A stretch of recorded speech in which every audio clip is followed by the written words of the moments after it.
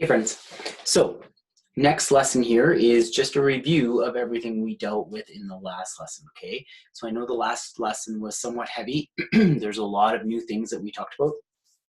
Today I'm not going to talk much.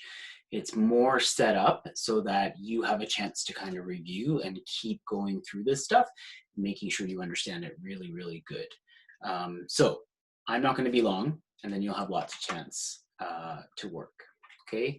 So all we're going to do together, if I can figure out why my PowerPoint won't advance, there we go. All we're going to do together is simplify these radicals together, okay? So we want to go as simple as possible. I'm going to start with this root 200. I am looking for a perfect square factor of 200. Now remember the lists we made in the last lesson.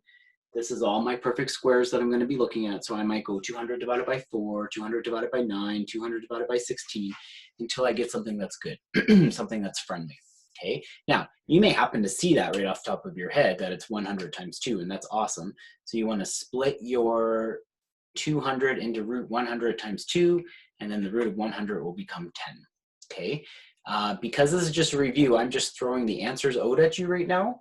You would want to always be showing me your work. So I want that middle step there where you show me that it's root 100 times root 2.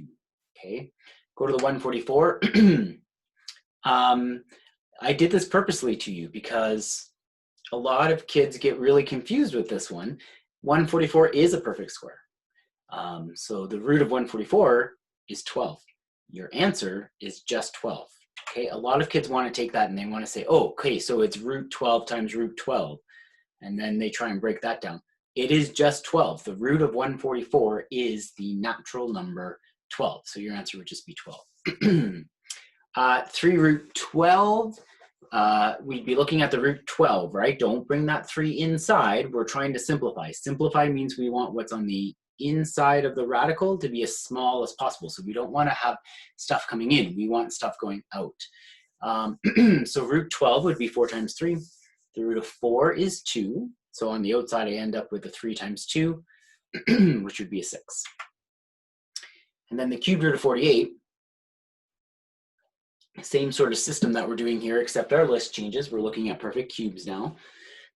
48 is 16 times 3, so we'd be looking at, sorry, no, well, I mean it is, but that doesn't help you. 48 is 8 times 6, then the cubed root of 8 is 2, so you'd be looking at 2 cubed root 6.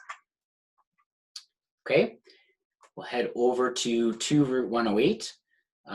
Root 108 would be 36 times 3. The root 36 comes out to be a 6, gets multiplied by the 2, so we'd be looking at 12 root 3. Root 245 is divisible by 49. That's always a tough one to find. Watch out for that 49 one. Root of 245 can be broken down into root 49 times root 5, and the root of 49 is 7, so you'd be looking at 7 root 5. Negative 4 root 54. 54 is 9 times 6. So I'm going to change that to root 9 root 6. The root 9 becomes 3. Negative 3 times 3 would give me negative 12. So I'd end up with negative 12 root 6. And then 1 cubed root of 135. 135 is divisible by 27. It would be 27 times 5. So that's going to be 3 times the cube root of 27 times the cube root of 5. Then I know that the cube root of 27 is 3, so I end up with 3 times 3 on the outside, which would be 9. So final answer, 9 cube root 5. Okay, and guess what? That's all I was going to do for review today. Okay, make sure you're showing me work, make sure you're practicing, and then keep going in your book, going through your homework, going through your practice questions with me if you have any troubles. Okay, see you next time.